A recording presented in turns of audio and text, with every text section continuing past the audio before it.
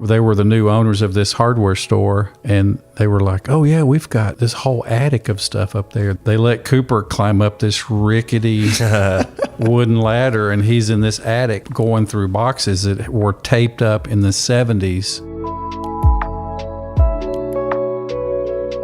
What's up, everybody? You're listening to episode 8 of Canned Heat.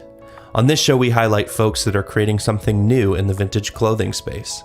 I'm Michael Slater, a content creator and vintage reseller based in North Texas.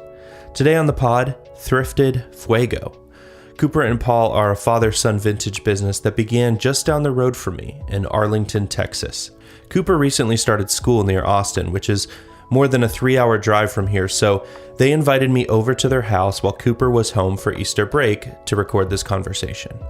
We talk about their relationship as father and son, what it's been like for Cooper to reestablish the brand after his move, and their wildest stories digging for vintage clothes together. This really is a great episode, so without further ado, let's get into it.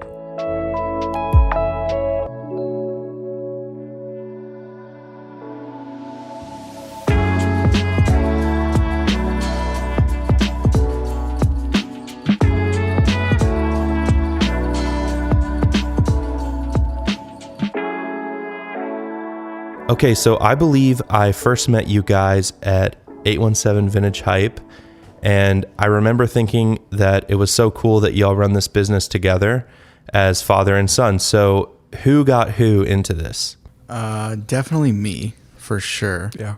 Obviously, he's, older than me for sure. And Just a little. he had been to all the concerts, all the Pink Floyd, Metallica, whatever. So I guess finding out that I could do something that, that was a part of his life was pretty cool, and I could teach him about it or whatever. I thought that was like really cool that I could, teach him rather than him teaching me about something. Yeah, that's awesome. So Paul, you were into music growing up? Oh yeah. Was in, being a drummer in high school, of course. Listened to Rush, and was actually my first concert back in like 1985.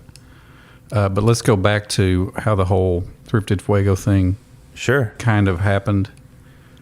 Cooper was very busy in band in high school and stuff, and he actually came in the living room one night. We realized that he was busy pretty much every day except like Wednesday and Sunday with school.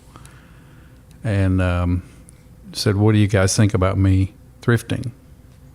And we were like, thrifting? They were like, oh, whatever. So next thing we know, his entire bedroom is just full of clothes. Yeah.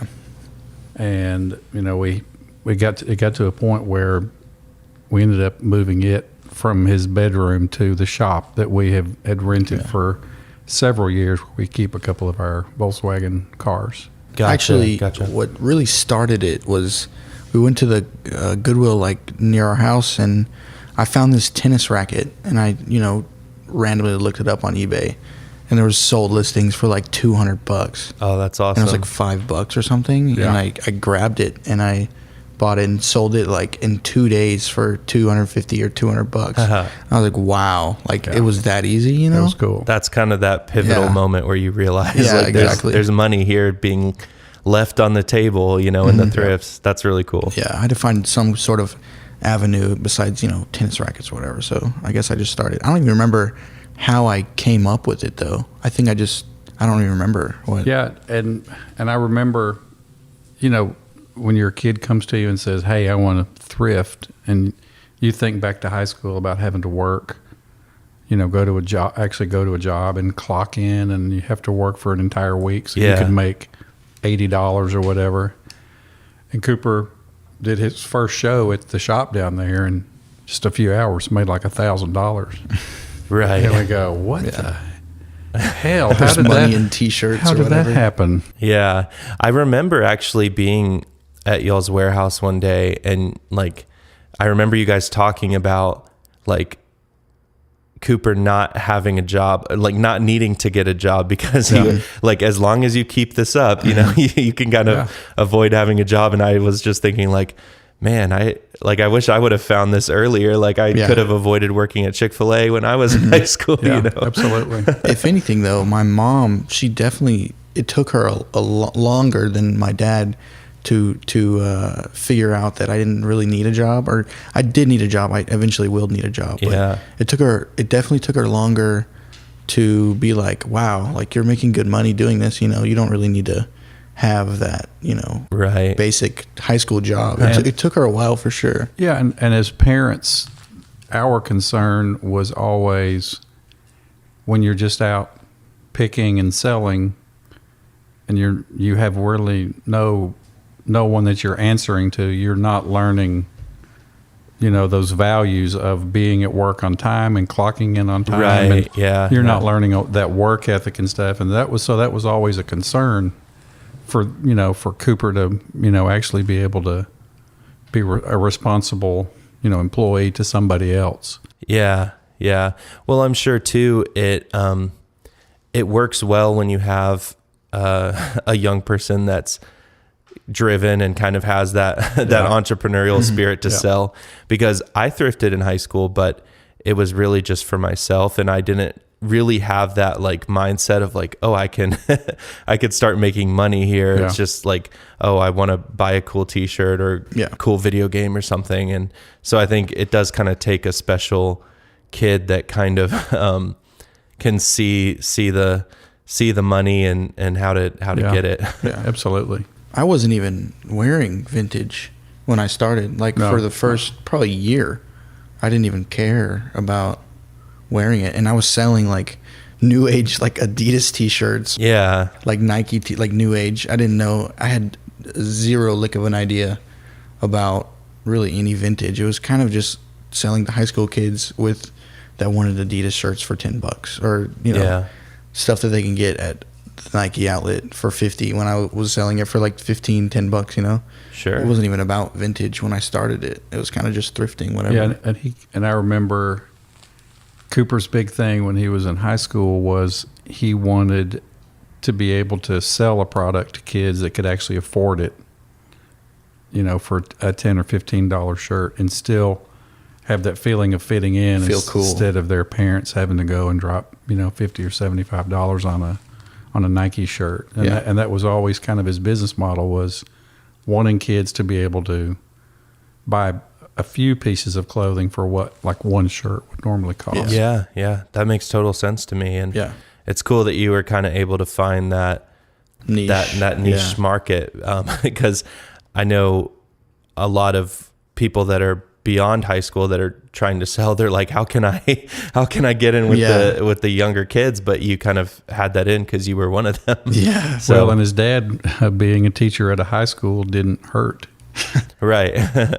Right. So Cooper had a lot of followers from Northside High School. For sure. So what has it been for you guys to kind of connect and kind of have this shared bond over vintage? We've always had like a pretty strong connection, but once we had something, because we've always fished together, which is not the same thing, but when you have something that you like together, Yeah. it makes it better. You know what I mean? So to find something that we can both do, and it's so cool, you know, being across the thrift store and seeing him be like, oh my God, I just found this, whatever it was, you know. That was the best part, is us seeing each other's reactions to getting something that, Yeah. you know, you can't find anywhere Because else. it was always a competition to see who. All right, Always. I won today. Always. You need to just put your stuff back. Because Yeah. what I found, I just win. I just automatically win. Yeah. But you know, going back to, you know, we've chased fish all over the United States, and you know, fish, you have to go where fish are. Thrifting is not like that. Yeah. You can go anywhere and find vintage T-shirts. So, like Cooper said, we've always had, you know, a really strong connection, always doing things together, and thrifting together was just one more thing that we got to add to the Yeah. That's father awesome. son stuff, to the pile. Yeah. Yeah. Very good. So talking a little bit about thrifting, I feel like you guys have always had like a ton of stuff. Oh my I feel God. like y'all have had more than most people Yeah, on for hand at sure. any given moment. So Well, you can't be the GOAT if you don't have the most stuff. there it is. Sure. There it is. How do you guys do it? How do you find so much stuff? We You are go out every addicted. day. We're addicted. You drive down the road and you see a pile of clothes on the side of the road and you go through them. Oh, you Yeah. probably shouldn't have said that. Just kidding, Laurie. We don't do that. No, but I don't know. We go a lot, We and go- we used to- sorry, we go ahead. spend a lot of time, especially in the summertime, because being a teacher, I have the summers off, and then Right. until Cooper went off to college, we would just get up and we'd just hit all the spots, and Yeah. we'd find some spots that nobody knew about, and we would hit them as we could, and We went every single day at one point. every single day. we just got up and did it, because you're sitting at home, you're not going to find anything. That's a guarantee. So you have to get out and do it. I think that's good advice, because like the thrifts are more crowded than they've ever been, and it's really easy for me, at least, to kind of wallow and just kind of feel like, oh man, like I'm not gonna everyone's find getting anything, everything, but it's like you said, you're not going to get anything if you just sit at home. So Yeah. as Yeah. difficult as it is, and as many challenges as there might be, like you said, you just have to do it. You just have to get out there and Because we remember Cooper and I were talking about it a lot. 3 years ago, you go to Salvation Army or somewhere, and you'd 30 find T-shirts. 30 T-shirts, and they would all be good T-shirts. Yeah. You weren't going over and picking through shirts and hanging some back. I mean, you found 30 solid shirts that you would be able to sell. I wouldn't say that, because in 2017, 2018, we just learned about single stitch. We were like, "That's okay." We got. We just grabbed We everyone. grabbed every single stitch. Like, it doesn't matter what was on it. Family reunion Yeah, like tees family, and- reunion, like Yeah, just whatever. stupid. That's why we have so many blanks, yeah. because we just picked everything. Yeah, well, it's kind of both and, because over time things get harder to find, but your taste also Changes.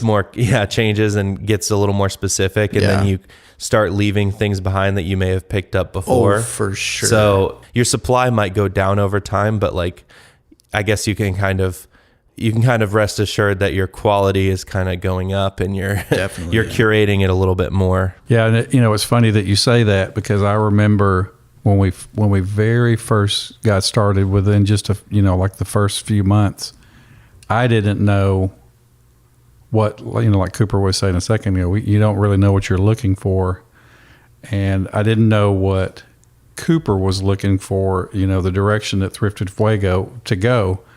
And I'll never forget it. I was going through, hundreds of shirts or whatever, and I came across a Wu-Tang shirt Oh my god. Oh wow. with the, with the Yellow, common yellow yellow, Wu-Tang logo with a tag. And I was thinking, I don't think those high school kids would buy Wu-Tang. And I just kept on That's funny. going. And now, they're $800, $900 for a Wu-Tang T-shirt. Guest T-shirts all day. You pass them up. Yeah, and I remember one time we came across like 10, what were those jerseys that we came across? I don't know what you're talking about. There were like 10 different, and they were all just right along with each other, and we were like, nah, they were $4.99. Hey, we'll just leave those. And then you look back and you go, God, that was $1,000 worth of shirts. Yeah. Yeah, everybody has those things that kind of stick out in your mind that you passed on and you wish you wouldn't have. Yeah. So many too. Yeah. Yeah, we went every single day, so it's like we would pass up everything, Yeah. and we didn't know to go to the ladies section either, like until You're giving out the secret yeah, sauce here. exactly. But No, there's nothing in the ladies section. just blouses. Or the kids. Or There's the kids nothing in the section, kids yeah. section. Yeah. So this question is kind of for each of y'all. So I'll start with Cooper. What is your favorite item to find? Well, personally, I really like true vintage. Like that's especially 70s stuff. 70s stuff is my jam. So it's obviously always nice to find an XL true to size 70s true vintage, whatever it is, or, you know, some orange tabs that actually fit or something like that. But I mean, I have everything. I have a lot of things that I like to find though. Yeah. Obviously, like finding graphic tees, but that's an easy answer. That's an easy go-to. I love finding New Balances 990s at the thrift. My favorite shoe ever made, the best shoe ever made. But yeah, I love finding true vintage because that's how you know, like, no one else has been there because that's so old. Yeah, like surely, yeah. Even if someone doesn't know that 90s is cool, like Exactly. they'll know that 70s, they can recognize that as being old. Exactly. At least, yeah. That's a good point. For sure. Paul, what about you? That's really tough. I think probably where we'll come across some clothes in the wild, like where we know nobody's been. And one comes to mind where we came across a really good find up in Arkansas a couple years ago, where it was an original hardware store in an unknown town. We're not going to name it. Undisclosed location.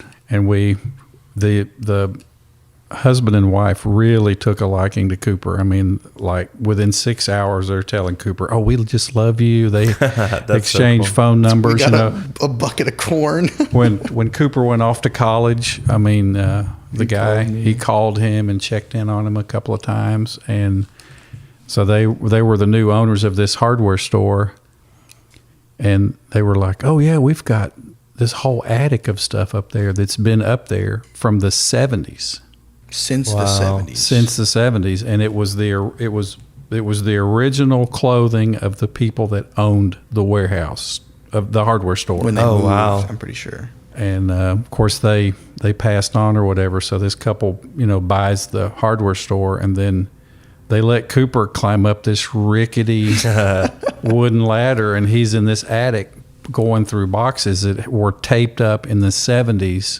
Oh, and the cardboard box. The cardboard boxes with the floral prints, and Cooper's throwing down Farrah Fawcett T-shirts and 38 Special and original bell-bottom pants. And 70s cardigans. And we loaded the car up, and then the gentleman, who I'm also not going to give his name just in case, he says, "You boys be sure and grab a case of corn on your way out." So on the trailer, he's got a trailer outside, and he loads us up with corn and Little Debbie's snacks, cakes to get back to Arlington on. Yeah. So, I mean, it is harder to find stuff at the thrift stores, but when you are out and you meet somebody that you've never met, and you're somewhere where you've never been, and you come across 100 pieces of vintage clothing, that's what gets you through it. That's been probably the most fun, for sure. That's awesome. Yeah, finding pieces like that. It's always so much better when there's a story to it, you know, and there's like a person behind the garment. There's a personal connection there. It's story. I get so much more excited about stuff that might even be considered like mid-grade, but it like came from somebody that I got to know through the business. For sure. That's just way better. Yeah, but mids feeds the kids. Yeah, that's right. Facts. Yeah. And then I've got one more other really awesome story that was in the same area. Also, will not be disclosed. Saw this old bearded dude on a riding lawnmower outside of this shop with a gun on his hip. And it was a motorcycle shop, and I said, "Cooper, we need to see if he's got any Harley tees." And he was like, "Yeah, let's pull in there." So I pulled in, rolled the window down, and said, "Hey, you got any Harley T-shirts?" Just the scariest looking guy ever. And he's like, "Yeah, come on in, I'll show you." Wow. And we walked into the shop, and this shop had been there since the 70s, and the inside of it is, motorcycle parts and leather everywhere and all kinds of bumper stickers, and it was your typical really cool old Harley shop. And this guy just really opened up and, turned out to be a really cool guy. And he said, "Yeah, I think there's some old shirts over there." And there was this round rack, and it turned out... There was 2 round racks. Yeah, that's right, 2 round racks. And it turned out that this this woman, her husband had died, and he had a bunch of dead stock Harley single stitch T-shirts, and she was giving them to the motorcycle shop to see if he could sell them. Oh, wow. That's stock too. Just with the tags. I mean, all single stitch. So we went through them. We should have grabbed all of them. Though. We should have grabbed all of them, but we went through them and we just got like 20 something. Yeah, I got the big prints, and gave him the money and gave him maybe a little bit extra to help her. But yeah, I mean, it's just, I always say, trout don't live in ugly places, and that's kind of how thrifting has been with us. I mean, we just, everywhere you go, you just have to reach out. You have to talk to people and find it the hard way. Yeah, well, that's a great word, because if you go to the thrift store every day, you'll probably find stuff, but you could find even more by, just walking up to people and talking to them. And it's kind of slept on, that whole method of, like, for sure, knocking on doors and, like you said, yelling out the window at somebody who you see riding by or whatever. Yeah, people want to work, but they don't want to work like that. And I've always told Cooper, the way we're going to find this stuff is we have to do it the way other people aren't doing it. Exactly. And that's just get out and do it. We've found so many different ways of doing it that no one else is doing. And we don't get on Instagram and tell people those ways either. Yeah, that's wise for sure. Okay, so switching gears a little bit, what do y'all hope to do with the Thrifted Fuego brand in the future? I don't know. I've been thinking about this lately because of college and stuff. That's one of the hardest questions that you could have asked. Yeah. Well, I know it's kind of an interesting time for you guys right now. And just to be clear, Cooper, you're currently at school in San Marcos, and you've kind of started to really establish yourself down there and do the events. So why don't you kind of start by telling us what that's been like to kind of reestablish your brand in a new town? Yeah, it was way harder than I was expecting, because going down there, you don't know anyone. I don't know anyone in the game or whatever. Yeah. So it's because you are the game, Cooper. Yeah, I am the game. You are the game. So I got down there, and basically I just started DMing like every shop in Austin. A lot of shops, a lot of just, people that I've known from Austin, especially Stitches Vintage. I DM'd him because he's such a cool guy. I thought, he's a good dude. So I would DM them and ask him about, monthly or bi-weekly, whatever, just, events to find out, where the people are so I can meet them, just develop some friends or whatever. And just because I didn't have a customer base at all in Austin. Right. And that's the hardest thing, because when you have to ship things or whatever, shipping's not a big deal, but it's just different because when someone would want something, they would just come down to the shop. Yeah. I couldn't be there, so, but getting back to that question, I eventually found a spot called Guad Vintage Market in Austin on Guadalupe. And it's every Sunday, 12 to 6, but I did that, and I developed a small customer base and made some friends around there, especially my guy David. He goes to school with me. We met in the parking lot at Texas State because I was taking pictures of my inventory, and he pulled up at his Mustang. He goes, "Hey, you sell vintage?" And we just started talking. He's one of my really good friends. Shout out to him. He's a great guy too. We got to meet him. Yeah, awesome. But I hope that answers your question. Yeah, no, it definitely does. So here's another one for each of you, and I'll start with Paul. What is something that most people don't know about you? I am a chef by trade. I spent the majority of my life in restaurants, and then owning a few restaurants here in Arlington. Then went and got alternative certification, and am now a high school teacher in Northside and Fort Worth, and teach culinary arts. It's awesome. Yeah. Shout out Pops. Let's go. Yeah. Cooper, what about you? I guess something people don't know about me is my age. Because, Yeah. you know, when I meet people, they always think that I'm way older than I am. I don't really understand why still, but freshman in college. It's because you're such a pro, man. People just assume that you've had decades in the business. It's because They think we're brothers. Yeah, exactly. Yeah, I guess I really like volunteering.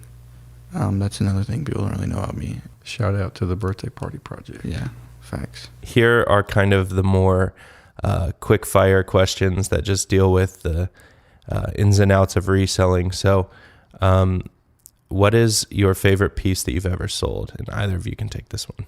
What about you, Dan? I have one, but Probably the dead stock Lithuania piece that we found that we turned over. I was going to say and that then too. probably the Grateful Dead LL Rain. Yeah. Oh, that was- yeah. I love that T-shirt. one. My brother is a big Deadhead, and he always talks about yeah, that shirt. 'cause And yours specifically, he's like, I know they've got that LL Rain, Yeah, but yeah. he wasn't like ready to pay up for it. But Yeah. he loves that shirt. I've He got messaged one, me. I got one right now for $150. Mine would probably be this. I sold it recently, actually. This 70s cardigan. It was like a mint with army green that we got in Arkansas, actually, on that one trip. Cool. I sold it on Depop, which I wish I didn't. I kind of regretting selling it, but it was just it was just 70s, like almost perfect condition cardigan, and it's hard to find true vintage that's in perfect condition, But yeah, it was this really nice green tone. It was pretty sick. Let's talk about your death pile. What does that look like for you guys? Honestly, it just changes because that sounds weird, but I hate having clutter really when it comes to vintage, and when the shop would get all messy, I hated it. So I'd have to clean it up for me to even like being there. You know what I mean? Yeah. But back in San Marcos, it's horrible because I have to use my whole back of my car. Put everything in there. But I have a storage unit now that it's so small I can barely fit everything in it. So, I mean, when it comes to death pile, it just changes like all the time. Yeah. And I just can't have a death pile really. Yeah. Well, you guys, I feel like you've always been good about doing big sales and fill a bag sales for and sure. stuff. Yeah. That really helps clear stuff Free out. stuff, yeah. Free sales. I remember we had the $5 pile, and then it turned into a $1 $1 pile, and then it turned into come get all these T-shirts. You can have them for free. Yeah. I feel like most people people that don't do it don't realize how much of a storage, like you're really in the storage business a lot of exactly. times. Yeah, that's cool. And that's the thing. I mean, when you look at a $5 pile, I mean, the majority of those shirts that were there were $1. Yeah. Or 50 cents, or you bought a bundle of clothes, and you sell the good pieces off, and hopefully you make some money on them, and then everything turns into the dollar pile. You're not losing money. No. It's not like the dollar pile is comprised of $50 T-shirts. Right, right. There were 50 cents, $1, or at an estate sale or at a garage sale, and they end up in the dollar pile. Yeah. You make your money back. Yeah, exactly. What is your current ISO? Oh man, I could talk about this forever. Definitely a Men in Black wrap tee for sure. You passed on that one 2 weeks ago. It was only $4,000. Yeah, seriously. There's one on eBay for like $5,000. We were on a live, and Cooper types in Men in Black wrap tee, and Like, this you have guy this one, and goes, he goes, "Oh yeah, I got that "Oh one." yeah, here it is right here," and we're going, "Oh God, it's only $4,000." It was $2,000 actually. Was it just? Yeah, it was only two. Yeah. Oh, only two. Okay. Yeah. Or a mohair cardigan. Cool. Yeah. The Cobain style. Exactly. What about you, Dan? You already know. What? Grateful Dead San Francisco T-shirt. Oh, Oh, nice. Nice. That's it. My brother had one, and I think he sold it, and Man. if he did, he absolutely regrets it. Yeah. But they're just so valuable. It's like if I'm not wearing this all the time, I hate to hold on to it, Mm-hmm. Yeah. That's the one I'm looking for. Yeah, and I try to get my personal collection. I always try to get stuff that like means a lot to me. Right. Like I have a Cars t-shirt from the opening day of the Cars movie. That's and cool. like that is my cream of the crop. I always try to get t-shirts that like I can explain why I have this. You know what I mean? That's cool. Yeah. Yeah. Do you guys, I think I know the answer to this, but would you rather thrift in person or snipe online? Yes. No. What? In person? Both. Both. He and likes said. sniping. I like in person. In person is the best way. But you know, when the Rona came through Yeah. and you weren't able to do Kind of that, forced to. you're kinda Lives like, were oh, like, yeah, let's hit these lives. and then Yeah. just buy like $500 worth of t-shirts on the live Yeah. or whatever. Yeah, Paul, I always see you on the lives and I see you in the Facebook groups Yep. finding the steals. Oh, Yeah. man. Always searching. It works, man. Yeah. Yep. It does. That's cool. What is y'all's biggest pet peeve? And this can be for vintage or just anything that's bothering you in general. Mine in vintage is, oh God, the thrifters on Instagram that try to act like they're famous, you know? Because I'm like, at the end of the day, dude, you're selling a t-shirt. Yeah. A t-shirt, man. It's not like you're a huge megastar. It's like, and even if you have 10,000 followers, like that's a lot, but bro, answer your DMs, dog. You know what I mean? Yeah. Like you said, we're selling dead people's Exactly. old dirty rags. So Exactly. there's Yep. nothing really to get a big head about, but Yeah. Yeah, What about you? it's funny that you say that because, you know, when you're picking and you're thrifting and you're selling, you aren't really thinking about that. And I will never forget Cooper's mom, like brought us down to earth at one point, just saying, "You're selling old T-shirts. You're just selling old clothes." And humble you go, thyself. You go, yeah, that's exactly right. Yeah, Yeah, It's but just- I love it. it's just an old clothes. But I have two pet peeves. One of them is stop telling everybody where you're finding this stuff. That's an unpopular opinion. Stop doing it. Just quit saying, "Look what I found at the estate sales. Look what I found at the garage sale." Just stop. But the thing is, I've had a turnaround about that, because at the end of the day, it's not private information. It's like thrift store's a thrift store, an estate sale's an estate sale. You can tell people where you're going, whatever. But stop being like, "Hey, this is how I do it.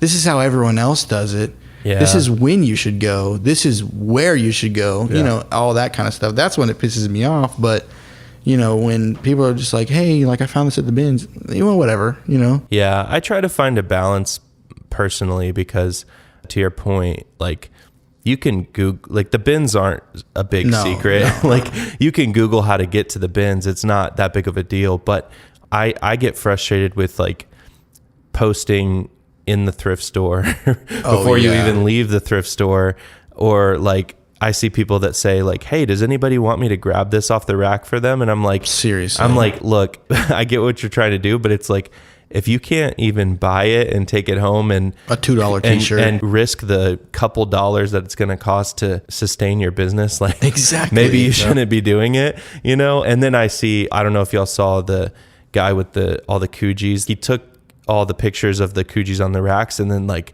seconds later, a Goodwill employee came out and was like, "Hey, these actually aren't for sale." She realized that he was taking the pictures and was to, like, to sell, yeah. yeah, and so she was like, "These aren't for sale. These were put out here by mistake," and she took them away from him. Yeah, I mean- and then he went on Instagram to complain about. When it turns into that, just like don't do it. Yeah, You know, so then that's a very good point in my mind of like, just don't post in the thrift store. Exactly. Like, just take it home and launder it and take a nice photo of it. Like, Yeah. And you then- don't need to post for the clout of like, I found this on the racks. Yeah. Especially if the risk is that the employees could catch on to Yeah. what's valuable, or at very worst, Yeah. in that situation, take the stuff away from you. Like Yeah. if there's a chance of that happening, no thrift store post is worth that, in Yeah. my Yep. opinion. You're taking pictures of this in the thrift store, and you're not going to expect them to be like, "Oh, we probably shouldn't put this out. We should probably make our own Goodwill store to sell vintage." You know what I Yeah. mean?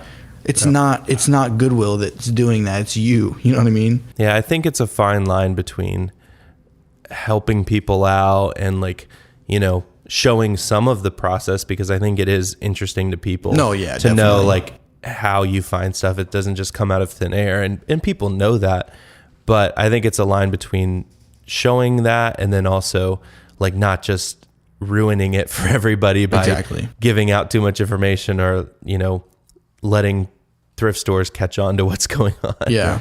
So how can people connect with you guys online? Well, you can go to my Instagram. It's at Thrifted Fuego. Or I have my Depop in my bio. I have like literally 20 followers or something like that. I've been trying to post more on Depop, you know, just to try to have a different avenue of selling, you know. It's not so boring just going on Sundays or whatever to try to sell. So do you guys have any final thoughts or words of wisdom for us? I'm sure you got some, Dad.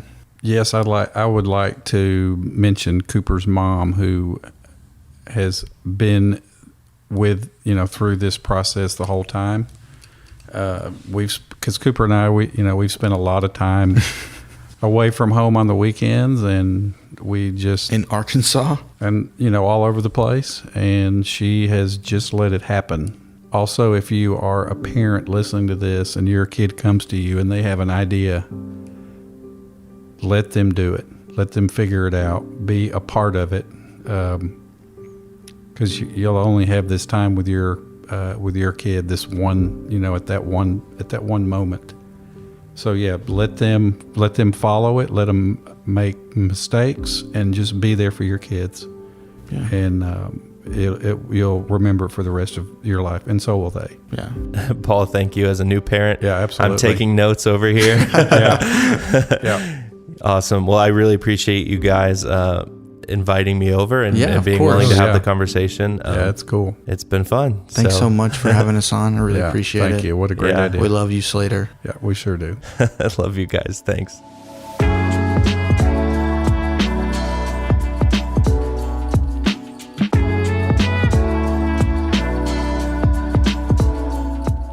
Hey, thanks for listening. I hope you enjoyed my conversation with Thrifted Fuego. Real quick, I had an idea for a future episode that involves you, the listener. Instead of featuring a special guest, my wife Erin and I would sit down and talk in a bit of a looser format. We could play some bonus content, answer your questions from Instagram, and let you tell us your craziest thrifting stories. If this sounds like something that you would like to participate in, please visit our Instagram accounts at Slater Thrifts, at WaybackKids, and at Canned Heat Pod. There, you will find a question box where you can ask us anything, as well as a link to fill out a form about your craziest thrifting story. It should only take a few minutes to complete. I think this idea could go really well if we get enough responses, so please consider helping us out. As always, please subscribe wherever you listen and rate and review us if you like what you've heard. Well, that's another episode down. Don't forget to wash cold and hang dry.